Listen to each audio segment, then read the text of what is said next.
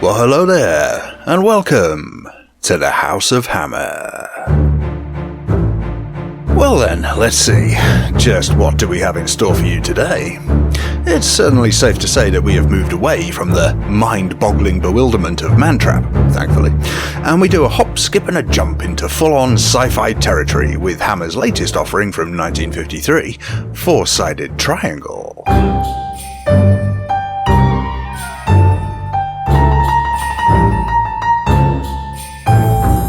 With this film being a little more straightforward, the three of us were fairly sure we'd be able to unpick the intricacies of this particular movie by ourselves. Ergo, that means our faithful chum Adam has been put snugly back into his box until his wonderful talents are needed again. Although, saying that, if you have a craving for the four of us to be back together again, you don't have that long of a wait. Some of you may remember, back towards the start of the year, we embarked on a 4-film tour of folk horror. We began with The Blood on Satan's Claw over on Rated H, the horror movie podcast hosted by Ben and myself. Well, the second part is almost here for you to hear. Part 2 is all about 1957's horror classic Night of the Demon, and that's going to be over on All the Best Lines, the Golden Age cinema podcast hosted by Adam and yours truly. As it's our Halloween spooktacular, you will be able to get your ears on it on the 31st of October. Unless you happen to be one of our lovely and delicious patrons. You lucky folks will be getting it several days early. So, if you aren't a patron, you'd better get signed up sharpish. The link is in the show notes. But hey, enough of my yakking. What do you say? Let's boogie. Four-Sided Triangle tells the story of childhood friends Bill and Robin, played here by Stephen Murray and John Van Essen respectively, who grow up to be remarkably accomplished scientists. Aided by their friend Lena, the lovely Barbara Payton here with her first of 2 Hammer roles, and their friend and confidant Dr. Harvey, played by the wonderful James Hayter, the boys think they have finally invented a device that could solve a lot of the world's problems. Is this it? Have you really got it? Give me a second. Well, we're almost sure it'll work. What do you mean, almost? I'm the cautious one, remember? Don't you think you ought to tell me what it's all about? You think our principal backer ought to know? You know you're just dying to tell him. All right.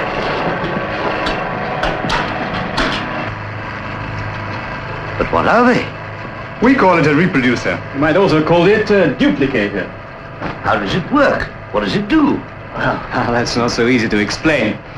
I could fill your head with figures and names, Millikan and Faraday and Newton, Dalton, Rutherford, Planck and Oppenheimer. Not to mention Mr. Einstein. Even I now know who he is. We could give you a lecture on atoms and protons, on the theory of indeterminacy and heavy water. Not to mention something called a wavicle, which is half wave, half particle. Oh, hold on, I'm dizzy already. Can't you put it into words of one syllable? We'll do better than that. We'll show you. Let Doc have the honor of choosing the very first object for the reproducer. What'll it be, Doc? Pick anything you like. Any object. Anything? But what material? Stone? Metal? Fabric? Anything at all.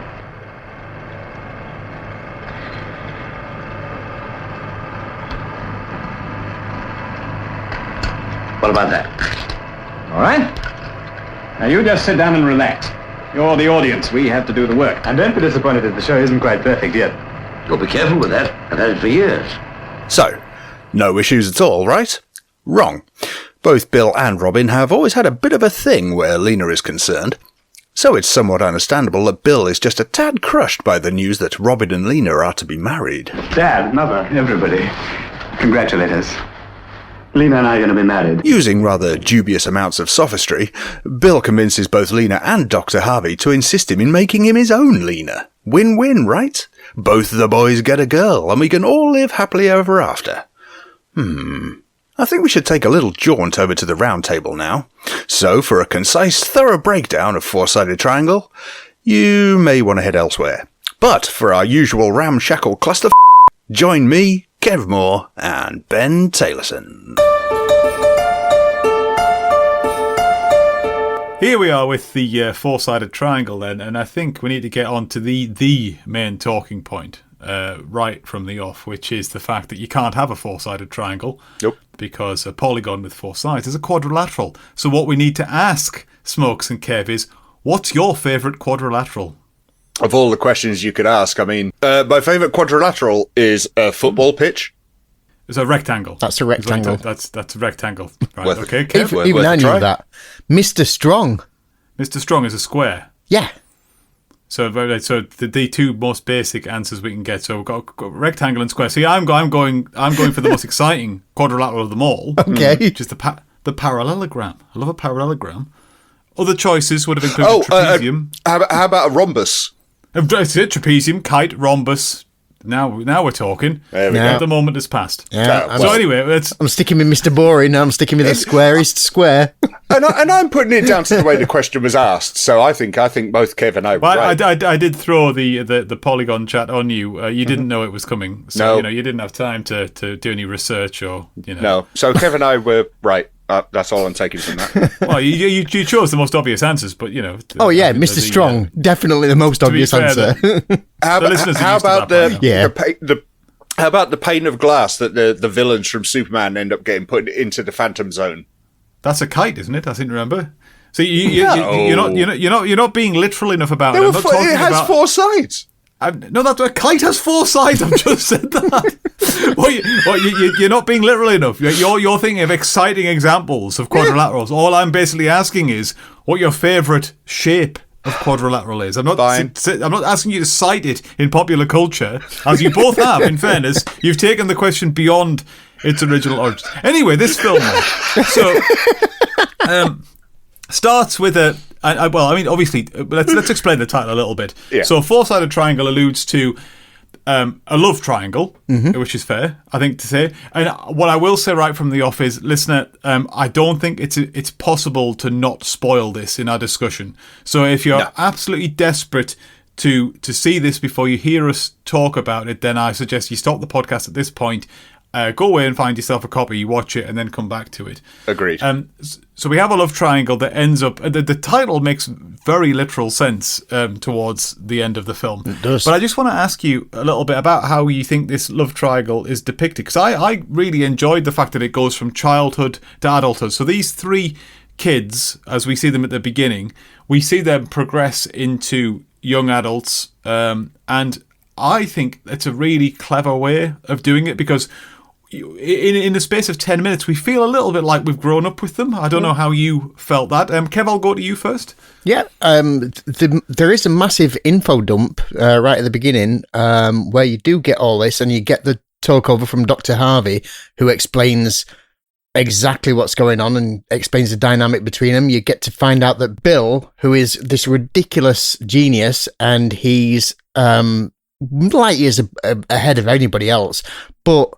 You find out that he's got a horrible home life. You know, his dad, who is the village drunk, constantly beats him up until he dies in a pub brawl. Not Bill. Bill's fine. It's just his dad. But, yeah. So, you know, straight off, you've got your three characters, and you know straight off that one of them is held back. He's held back and he's not able to actually... form relationships properly. So it's a really good setup for the whole film. I've got to agree that the way that the film is set out is great because it's also something really that we haven't really had before. We have one of the main, if you say there are 4 main cast members, you have one of the main cast members speaking directly to camera, speaking to you, breaking the fourth wall, speaking to you, the audience. It's not a kind of what has now become a sort of Hollywood cliche of sort of, you know, the sort of American Beauty thing of saying, "Here, this is my story and this is before I died" type thing. It's not. Yeah. It's just a guy telling you a story. And that was a refreshing way of starting, the film, especially as James Hayter is so easily watchable, if you know what I mean. He kind of draws you in, and the first thing he does is, as we've talked about before, like with Simon Cherry, is first thing he reaches for is his pipe and his pouch to load it up, and then he's just your kindly old grandpa talking to you. So in that respect, I really like that. I think you have to correct me if I'm wrong, but the meaning of the title switches halfway through the film. So four-sided triangle at the beginning is you've got the 3 kids and you've got the doctor. That's the 4. Yeah. And then it switches later on when events happen and we get an extra character in there. So you could throw very different meanings at the title. I don't know if you agree. I've only taken it literally as the second part of your explanation there, but I'm not going to argue with you. I don't think it's that there's. I can't sit here and say I think you're absolutely wrong. I just hadn't thought of it in that sense. I would like to talk about that character, though, the 4th character, the Doctor, who is he ends up taking young Bill under his wing as he's kind of his ward. I think it's fair to say. Sort of he's kind of his adoptive father, and. He's like the nicest man in the world. And he loves it. So he's the village doctor, but he also, if we skip on the plot a little bit, the lads go off to university, and so Bill and Robin go off to university, and Lena goes back to America, and then they all end up back in this village, and the 2 boys, by this point, are men, and they're creating something in a barn, and they run out of money because they're given £1,000 by Walter, who's Robin's dad, and they run out of money. So when he refuses to fund them further, Dr. Harvey then sells his medical practice and basically cashes in his life savings in order to fund the research further. And it's just one of a number of extraordinarily kind things he does. Yeah. Not always the most sensible thing throughout, I think, but I guess that's kind of tied into the narrative of, you know, maybe love blinded him a little bit. I don't know how you feel about that, Smokes? Yeah, I think so. We've talked recently about films that blur the lines between what is seen as a perfect family and what isn't, and sometimes there's the lack of children there, and especially when it comes to Dr. Harvey, you've got to factor that in. He doesn't have children of his own. He obviously sees these boys. He technically kind of adopts Bill anyway after his dad dies and brings him up. And then, of course, he's got a great fondness for Robin and Lena as well. So you've got to look at it. Yeah, you know, he is literally putting his life in these boys' hands by giving them all his money and sort of saying, "I believe in you. Here, do what you want." I mean, yeah, he's a bit love blind by it, but it's played in such a nice way by James Hayter that you've got to kind of warm to it in that way. It's kind of nice. Going back to your American Beauty thing, Smokey, this film actually starts off exactly the same as well, you know, where you've got this kind of, this is where it all happened, and then it kind of goes, it starts off in present day. After all, my only disagreement with that was that it wasn't someone who's dead. Good point. That was my only way of saying it was different. Dr. Harvey is still with us, but the fact that you've got this sort of wraparound, you know, where you see the shed before and, you know, during the childhood and the aftermath of this particular film. But there's also another touch. I don't know whether you noticed it. I didn't until this recent watch. But when it's Dr. Harvey as the kids are growing up, he wears a lighter jacket and it makes him look younger. It's just such a simple trick. But wearing lighter colours immediately makes him less stuffy, makes him look more summer, you know, and it works because they don't change his makeup or his hair or anything else. But no. But he seems to age. They age his costume.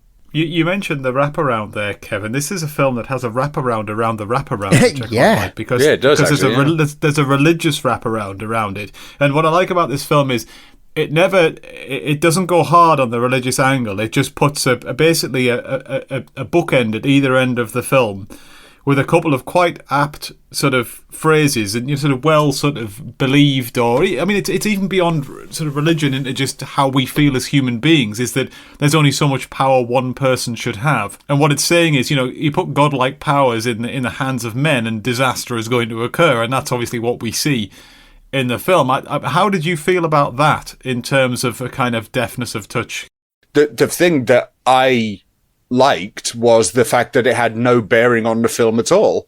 Religion or playing God was not brought into the film script once, which was wonderful. So that had no bearing. But you can take a quote from anywhere and make it make sense to fit your narrative. And the quotes they chose were great. So I had no problem with that at all, because it didn't interfere with the story. Yeah, there's also the Frankenstein angle in the way that you actually have your final scenes where instead of it being a burning windmill, it's a burning shed. And it's kind of budgetary requirements. Yeah. We haven't got a windmill, we've only got a shed. There aren't many in the village of Bray, I'm afraid. But as well as that, there's also another neat nod in their company name, which is Universal Reproducer Company. Ah, beautiful. Yeah, I didn't even pick up on that. Yeah, there's a lot of lovely little sweet touches. Yeah, I mean, you've got to look at the Frankenstein model. It's you can't escape it in this. I mean, this film's compared to it a lot. Well, I don't see why, and rightly though. so. Yeah, I don't get it. No. All right. Well, hang on. But I mean, not teleportation scene, but the what would you call them? The scientific scenes. Let's call them that. Yeah. There are so many flashes to James Whale and to Universal there. It's come on, that's unavoidable. You can't just aesthetically, particularly. Oh yeah. How it looks, absolutely. Yeah. I agree. Yeah, there's a lot of bubbling while they're doubling. I don't mean script. No. It's a shed, not a windmill. Here. Exactly. Yeah.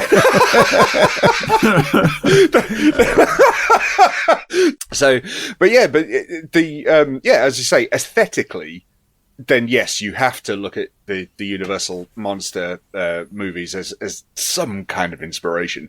But what would you do? You work on a budget. You look at Star Wars and the way that looks, and then you look at Red Dwarf, which is 1% of the budget, and they were putting lights behind bread trays to make it look the same. Dark Star is another. Dark Star, perfect example. Yes, you put feet on a beach ball. So this is it. It's night and day. It's black and white, but the ethos behind it is still there, and you've got to give this film a lot of credit for that, because. All right, hokey it may be, but it still gets its point across. I don't think it's hokey at all. Oh. No, I thought it had some... Fight! No. Again. Oh, no. I've only just healed. But no, I thought it came across with some concepts that, honestly, I've not seen in any other films. I'll probably talk about that a bit more in my wrap-up, but there's a lot of comparisons you can take to Frankenstein, but Dr. Frankenstein didn't create a monster to get married to or go on holiday with. Look what happened to him. But he did create it to fulfill his own ego. Yes, and and it's only a sidestep away from that for this. And I think that's where the comparisons are drawn. I mean, any film where you're talking about the creation of life from nothing, I include things like Jurassic Park in that. Sure. There are always morality tales where something awful happens, and this is no different to that. And I can see, for that reason, why the comparisons with Frankenstein are made. And it's also the other sort of parallel line that runs through it is that, I mean, going back to what I think we mentioned earlier, that genius character who's a bit unhinged. He is prepared to push the boundaries beyond where most people would sort of morally, or sort of the basis of acceptability. It's the flyers in there as well, isn't it? Yeah, Yeah, exactly. Yeah. I mean, we could go through a lot. I mean, I mean, this is going to lead us really nicely onto my next point, actually, because you can talk about the stereotypical science fiction contraptions all day long. So if we're looking at teleportation or time travel or duplication, as it is in this case, and I wanted to talk a little bit more about the aesthetic. So we've talked about the Universal horror films and how we feel as though, or I feel. I can't speak for you two. This is an influence on this film.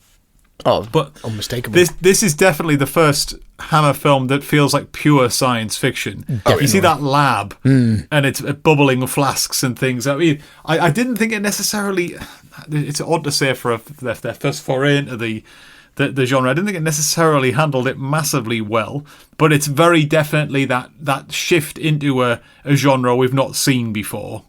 Smokey, what are your feelings on that? I agree. I think this is taking what we saw previously in Stolen Face and taking it one step further. Where we've kind of got a very similar story. Okay, it's not a perfect replica. Stolen Face was altering someone to look identical, but they had the damaged personality of someone in the second body. In this one, you've got exactly the same person, exactly the same body. So it's just a little tweak on the Stolen Face formula, if you will.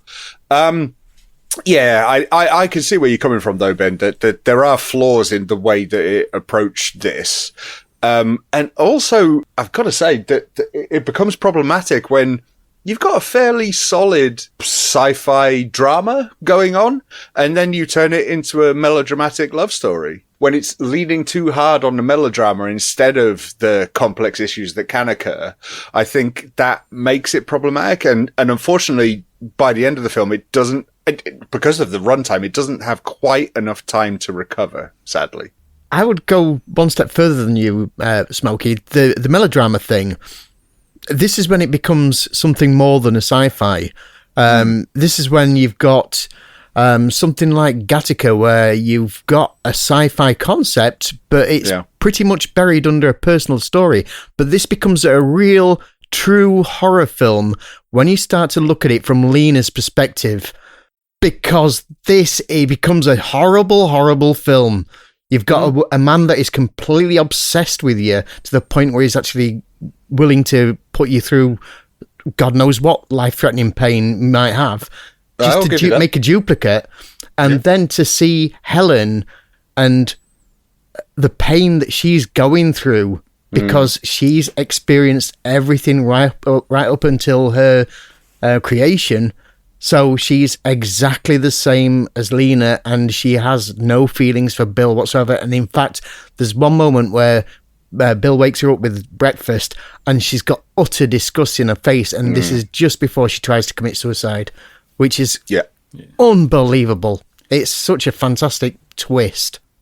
The film ends up being quite misogynistic, but I mean that in an intentional, unintentional and intentional. Unintentional in so much that the character of Lena is written that she needs to please these men.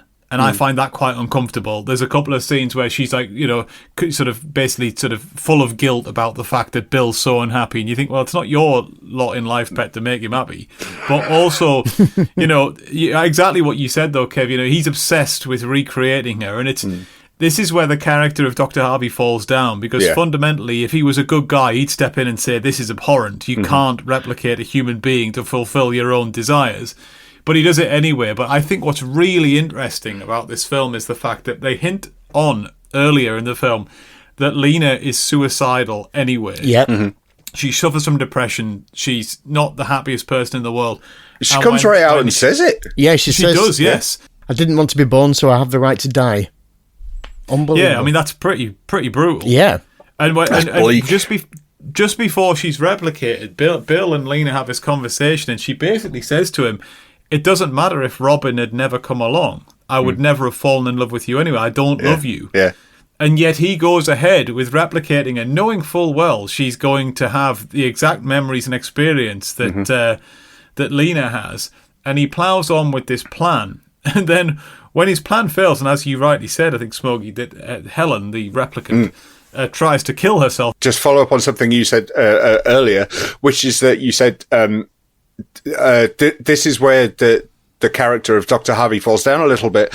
However, compare it to what we said at the start of this talk, is that he's blinded by love for the boys, isn't it? Yeah, so he wants Bill to be happy. He wants Bill to be as happy as Robin is happy. So you've got to... That has to infer that he's doing what he's doing to make Bill happy. Okay, granted, it's not the most ethical from a doctor's point of view.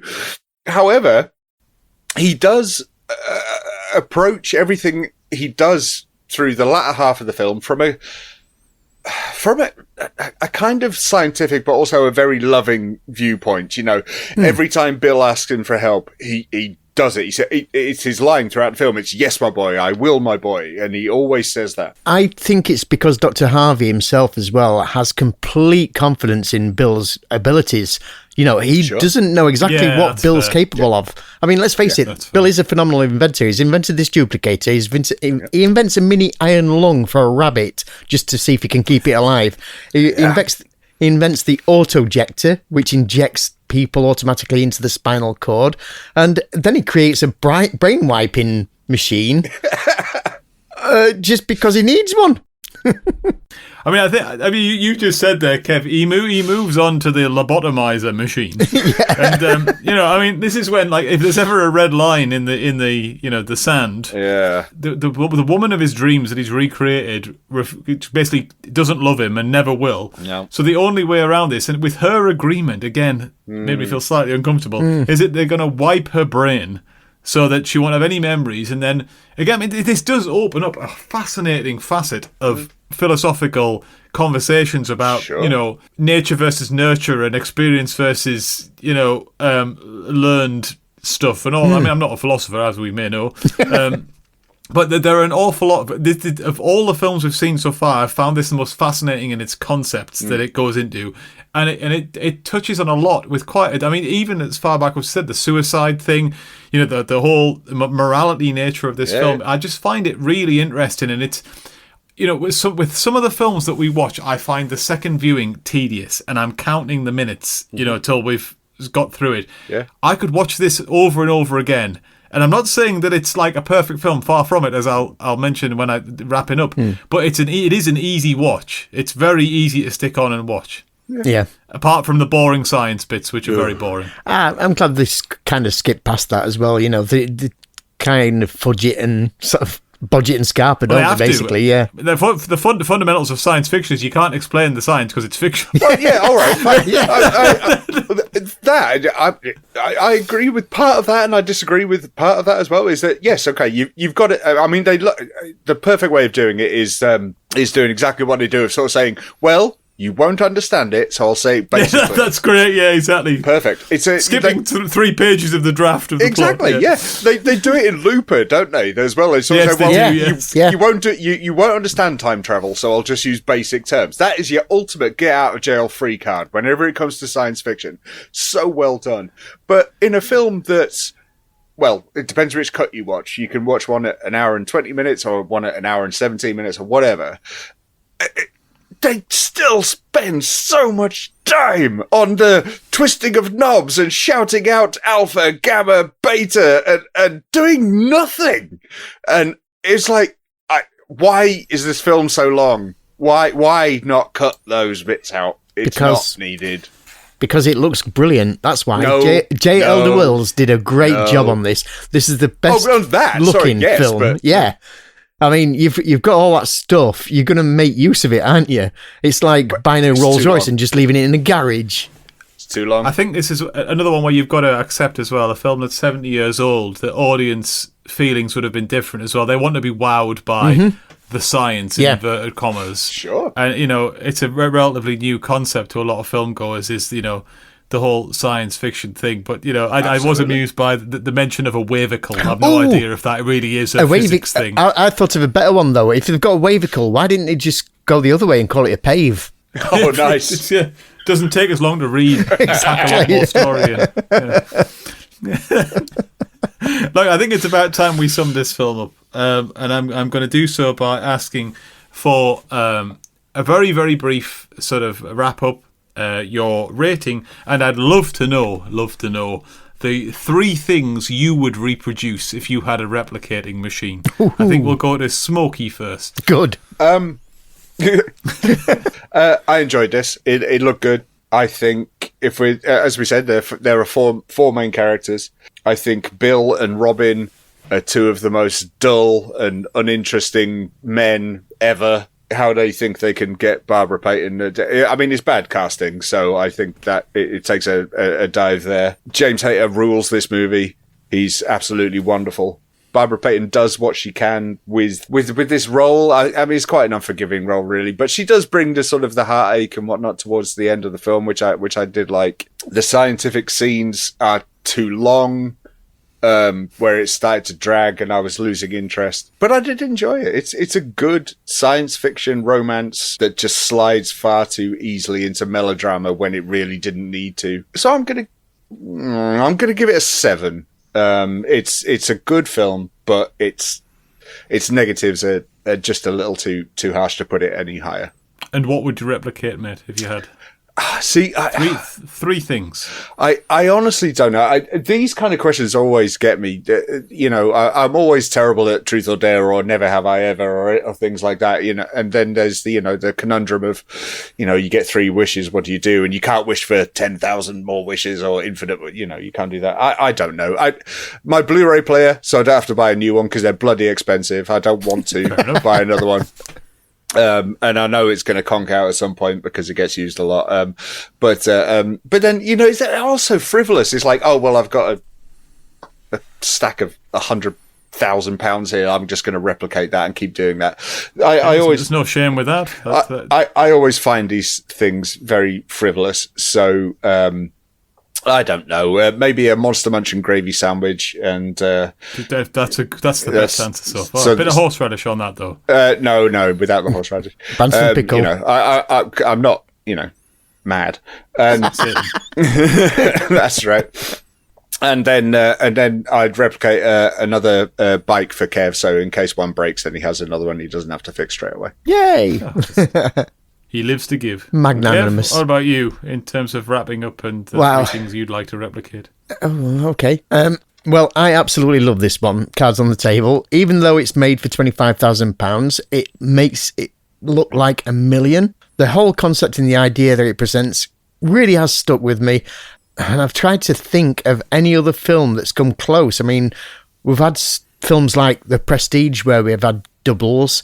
We've had Stolen Face. We've talked about that. Seconds, where we had a whole different change of life. Scalpel, again, kind of did the love angle, but again, didn't. But then you've got this, and it's got that incredible twisted romance that's giving you the title.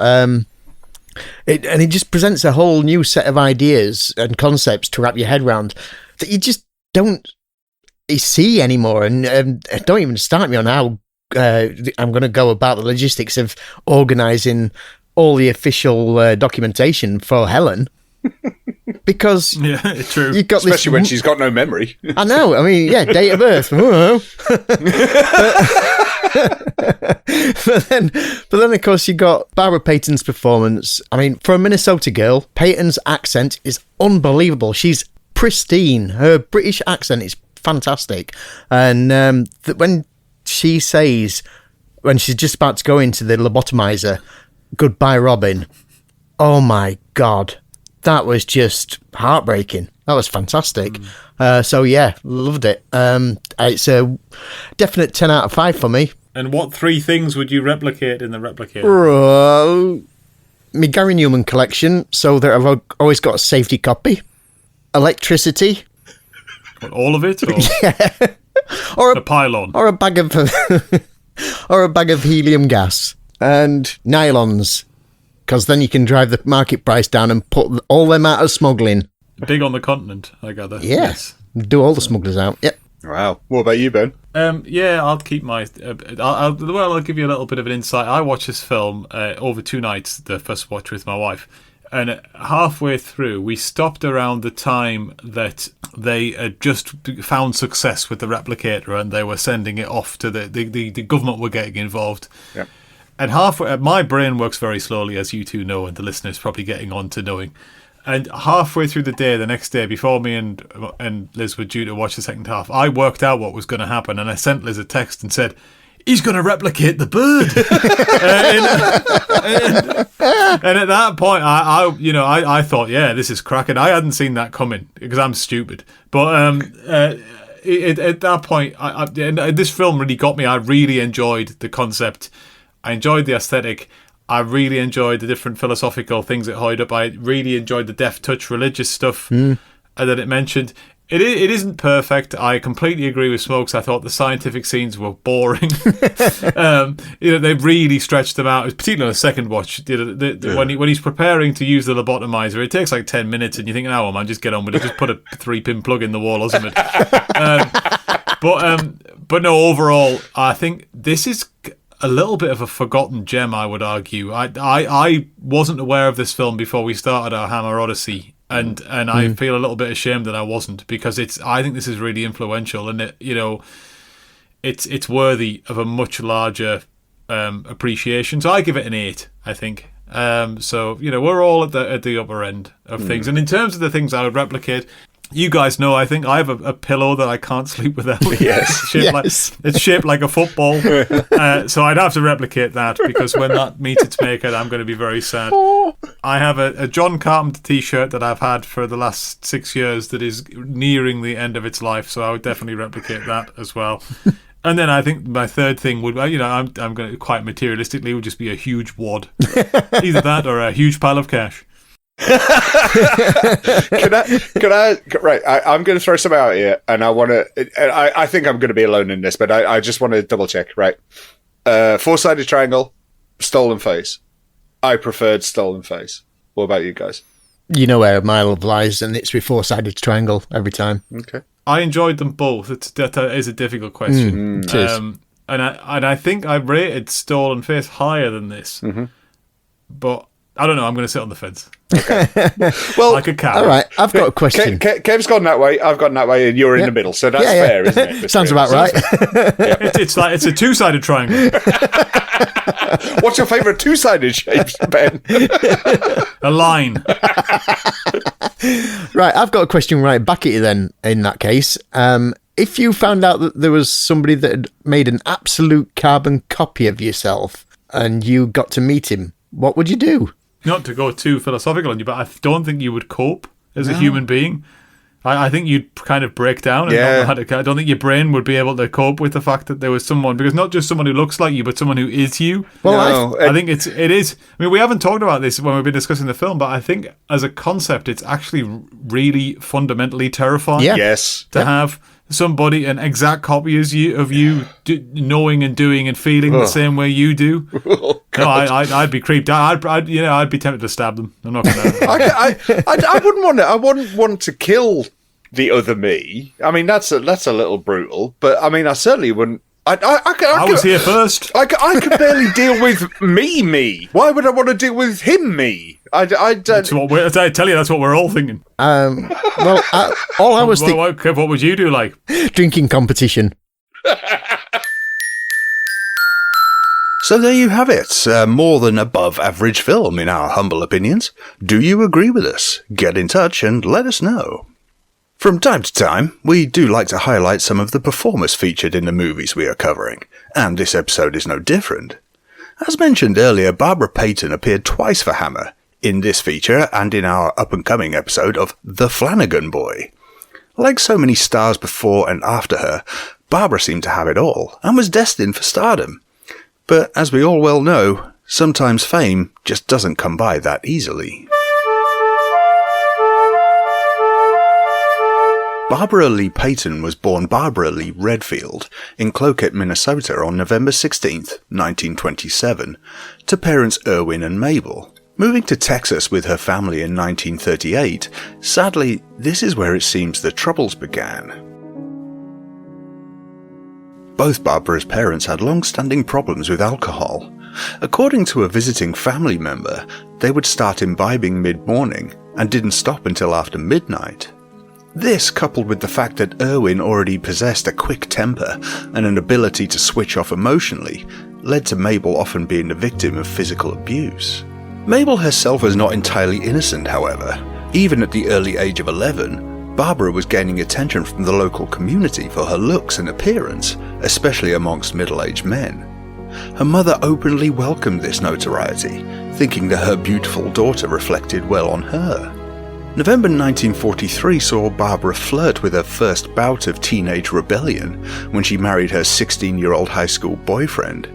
This unsurprisingly didn't last and was annulled almost immediately. But just 1 year later, she married what was to be her second husband, a decorated combat pilot named John Peyton. Taking not only his name but also all of her belongings, they moved to Los Angeles, where he was attending university. Feeling somewhat restless with her new life as a housewife, she signed up as a model for the Rita Leroy agency in Hollywood. The couple's first child arrived in March of 1947, but by this point the marriage was already coming to an end. Barbara's wish to have a career in entertainment had become undeniable, and she was determined that it was going to happen. Her reputation as a luminous, fun-loving party girl in the Hollywood club scene caught the attention of William Goetz, an executive of Universal Studios, and in January of 1949 he signed her, at the age of 21, to a contract of $100 a week. Peyton first gained notice in the 1949 film noir Trapped, co-starring Lloyd Bridges. In 1950, she was allowed to make a screen test for John Huston's production of the forthcoming MGM crime drama, The Asphalt Jungle. The part of the sultry mistress of a mob-connected lawyer eventually went to Marilyn Monroe. After being screen tested by James Cagney and his brother William, Peyton starred with Cagney in the violent noir thriller Kiss Tomorrow Goodbye, also in 1950. William Cagney was so smitten with Peyton's sensual appeal and beauty that her contract was drawn as a joint agreement between William Cagney Productions and Warner Brothers at a salary of $5,000 per week, a very large sum for an actress yet to demonstrate star power at the box office. For a relative newcomer in Kiss Tomorrow Goodbye, Peyton managed to hold her own amongst a cast of Hollywood veterans. Her portrayal of the hardened, seductive girlfriend who Cagney's character ultimately double-crosses was praised in newspaper reviews of the movie. Her acting skills were recognized, and her significant screen charisma was widely acknowledged. Kiss Tomorrow Goodbye was arguably the high point in Peyton's career. Her screen appearances opposite Gary Cooper in Dallas, 1950, and Gregory Peck in Only the Valiant in 1951, both westerns, were lackluster productions that did little to highlight her skills as an actress.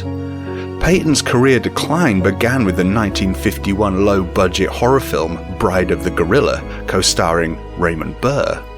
Not only was she married a further 3 times, she also had affairs with, amongst others, Bob Hope, Howard Hughes, Guy Madison, and George Raft.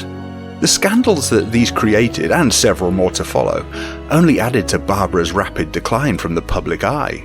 An attempt to revitalise her career and name came with a visit to the UK to make 2 motion pictures for Hammer, today's subject, Forsyne Triangle, and the forthcoming episodes of The Flanagan Boy.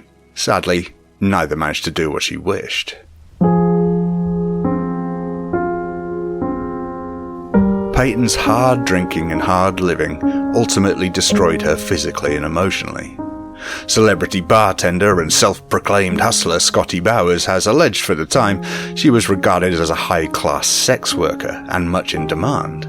From 1955 to 1963, her alcoholism and drug addiction led to multiple skirmishes with the law, which included arrests for passing bad checks and eventually an arrest on Sunset Boulevard for prostitution. Peyton was offered the option of being admitted to a detoxification unit and said, "I'd rather drink and die." In 1967, with no other choice left to her, she returned home to live with her parents. She died on the 8th of May, her short life of excess just too much for her now broken system to deal with. Heart and liver failure took her at the age of just 39. We've encountered some heartbreaking and tragic stories here so far on the House of Hammer, but there's a small part of me that likes to think that with their performances in these films we are watching and bringing to you, it just helps these folks live a little while longer.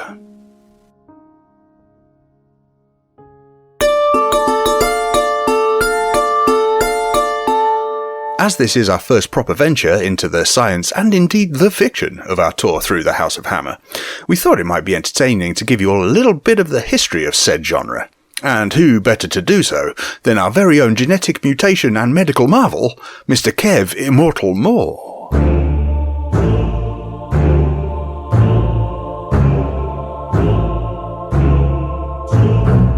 It's 1953, and it has to be said that Hammer Films will have a go at almost anything. But although it was becoming something of a major box office draw elsewhere, the studio had only lightly dabbled with science fiction.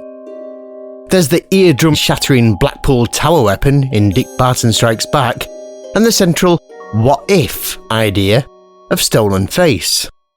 And that's about it. Until now. With Four-Sided Triangle, we finally get to go the full hog with dials, switches and bubbling beakers aplenty, and over the next 16 years, these would get about as many outings as a cape and a steak. Buoyed by the modest success of Four-Sided Triangle, which is as much a romance as a science fiction film, the gloves were now off, and more serious stuff would soon be on the horizon in the form of Quatermass, X the Unknown, Joseph Losey's The Damned, and more Frankensteins than you can shake a lightning rod at. As with much of the wobbly science on display in Four-Sided Triangle, Hammer does seem to have its own take on science fiction for the most part, and it does seem to revolve around the bubbling beaker sort. There's a couple of interpretations of the Jekyll and Hyde story for starters in The Ugly Duckling and The Two Faces of Dr. Jekyll. The studio did toy with doing a straightforward adaptation of Stevenson's novella, but canned it in favour of going with The Mummy. There'd be more big bubbles and big troubles along the way with the man who would cheat death, before all the beakers and Bunsen burners went back to Castle Frankenstein and were never lent out again. It could be fair to say that the studio were reluctant to produce more sci-fi flicks due to the risk-reward gamble, despite America seemingly producing more atom-age wonders than atoms. 1953 Spaceways is a case in point.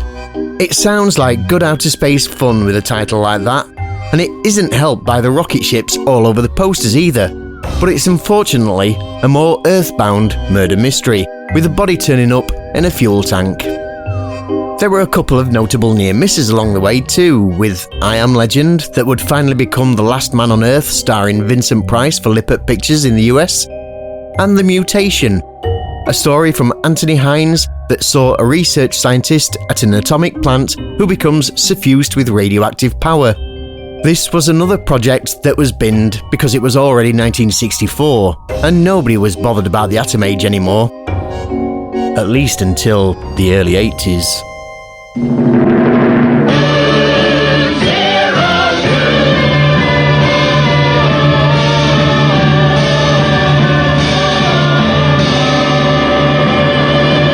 It wasn't until 1969, when the world was ablaze with excitement over mankind's One Giant Leap, that Hammer finally blasted off into space, and they did it in style.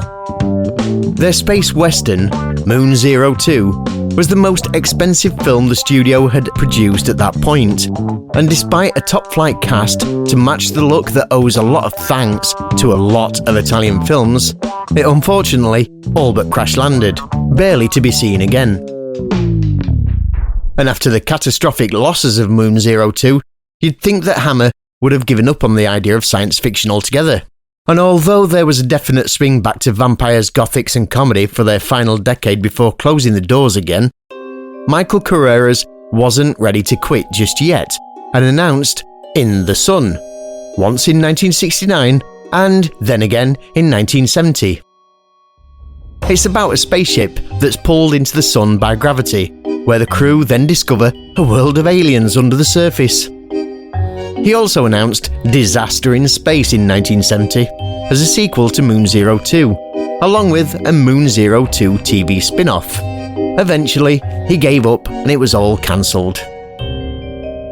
It's worth noting that a few years later, TV viewers would get their moon-based adventures in the shape of Space 1999, which not only shares a lot of design ideas, but also Catherine Schell eventually in a starring role again.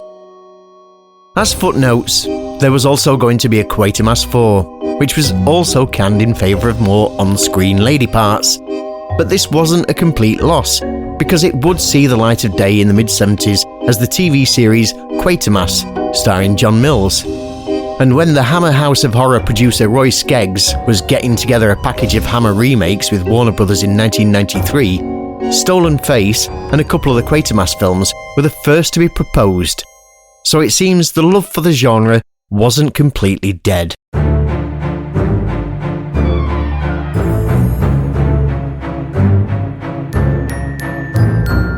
Thank you, Mechanoid Moore there. Wonderful stuff.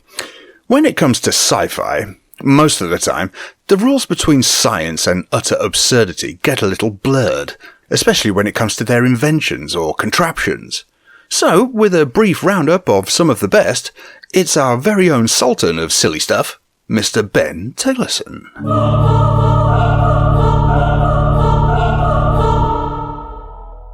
At the heart of Four-Sided Triangle, there's something which can be found at the heart of many science fiction tales, a contraption. There's quite often a fantastical contraption that sidesteps the need to understand how the supposed science is being done. We don't need to know. It's simple. The contraption does it. Now, what the contraption actually does will vary depending on the exact aspect of science fiction being explored, but by and large they fall into one of only a handful of categories related to unattainable things we'd like to be able to do, but can't. Here is a selection of some of the more common science fiction machines. Firstly, the time machine. The desire to travel back and forth in time is a sci-fi staple. Be it to go back in time to see the dinosaurs, prevent personal or historical atrocities, or just throw Charles Manson down a well. Or you might want to go forward in time to see flying cars, self-drying jackets, and Greta Thunberg ruling planet Earth atop a throne of skulls. If you wanted to go sideways in time, you'd need a dimension jumping machine. This would allow you to go and find alternate versions of yourself. Imagine finding the funniest, cleverest, and most good-looking version of you. I can only conclude that this technology hasn't been invented in other dimensions either, because no one has come looking for me yet. Secondly, if we're not wanting to travel through time, we might instead be wanting to travel through space, very quickly. And for that, we might want a teleporter. Something that breaks you up into tiny particles, whizzes you across the galaxy or the universe or just to the other side of Doncaster, and then puts you back together again before you can say, "Beam me up, Smokey." Of course, we've all seen what occurs if you happen to have company in the teleportation booth in the form of a small flying insect. There's DNA-related issues at the recalibration end, and before you know it, you've got wings and a newfound fondness for dog poo. There are, however, science fiction alternatives to the teleporter if you want to go get fast and get somewhere dead quick like. One is the hyperdrive, or the warp drive, or jump drive, depending on your preference. They're all collectively known as the faster-than-light drive. Basically, it's like injecting nitrous oxide into the workings of your Ford Fiesta, but, well, in space. And yet another alternative is the portal network. This allows super fast travel, but only between two fixed points.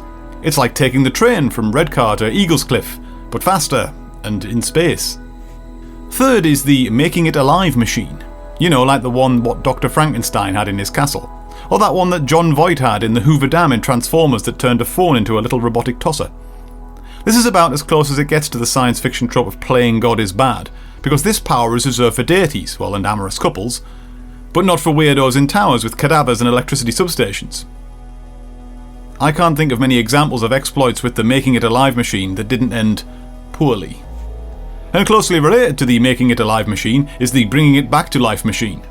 Now, this is an area where science fiction and science fact can get a little blurry. As we know, there are certain contraptions that can bring people back from clinical death if they're administered quick enough.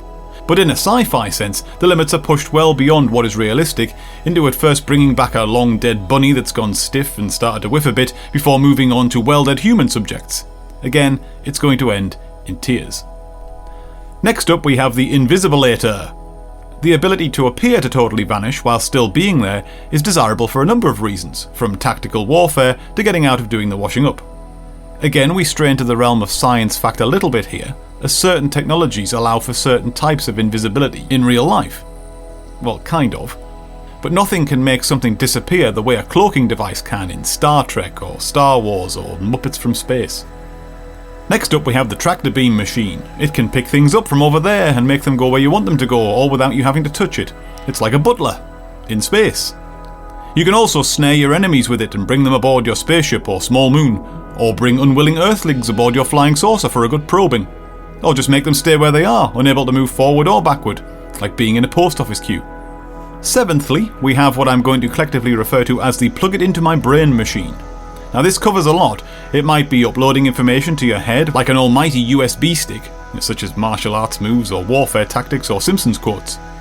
Or instead, the brain plugging machine might allow you to immerse yourself in an artificial world, virtual reality. And I don't mean where you stick goggles on and windmill a couple of controllers around your front room till you knock your nan's picture off the mantelpiece and shatter your flat screen telly. I mean proper immersive, where someone has to change your feeding drip and catheter bag because you're too busy in the nether realm with an elf that looks like Britney Spears. Anyway, we've got to our last type of device, the one at the centre of four-sided triangle, the replicator. Again, there are a couple of nuanced facets, and I do love a nuanced facet, to this particular aspect of science fiction. Commonly what crops up is the fear of a machine that can create more machines. And I don't mean like when Johnny Five churns out the little models of himself in Short Circuit 2. I mean terrifying, apocalyptic death robots creating more of the same whilst reaching for the nuclear launch codes. But in four-sided triangle, it's closer to one of our previously mentioned subgenres, the creation of life.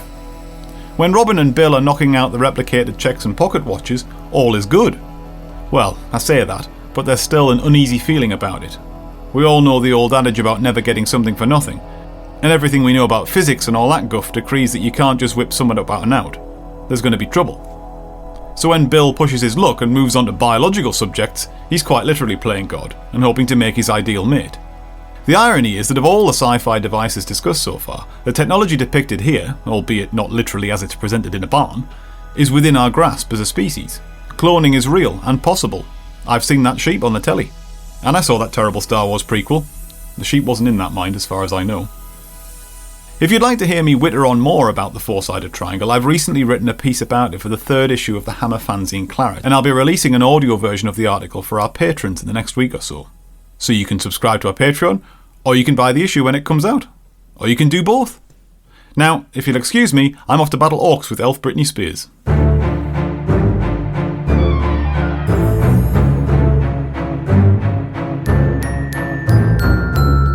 Well, my friends, our time here is almost at an end. But never fear, we shall be back with you soon, with tales of boxing, merchant seamen, and a somewhat sultry femme fatale.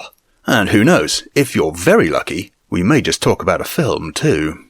During the meanwhile, should you wish to find us, use that new fangled web thingy and search for @HouseHammerPod on Twitter and Instagram, or hand crank the old email machine and fax us a message at scream@houseofhammerpodcast.com. And if that still isn't good enough for you demanding gerbils, then head on over to our lovely merch site and purchase one of our wonderful items that you can envelop yourself in. The link will be in the show notes. So until next time, from me, Smokey. From me, Ben Tillison. From me, Kev Moore. From me, Ben Tillison. Hey, who's been messing with the duplicator? Sorry folks, got a dash before Ben makes even more versions of himself. See you next time, here, at the House of Hammer.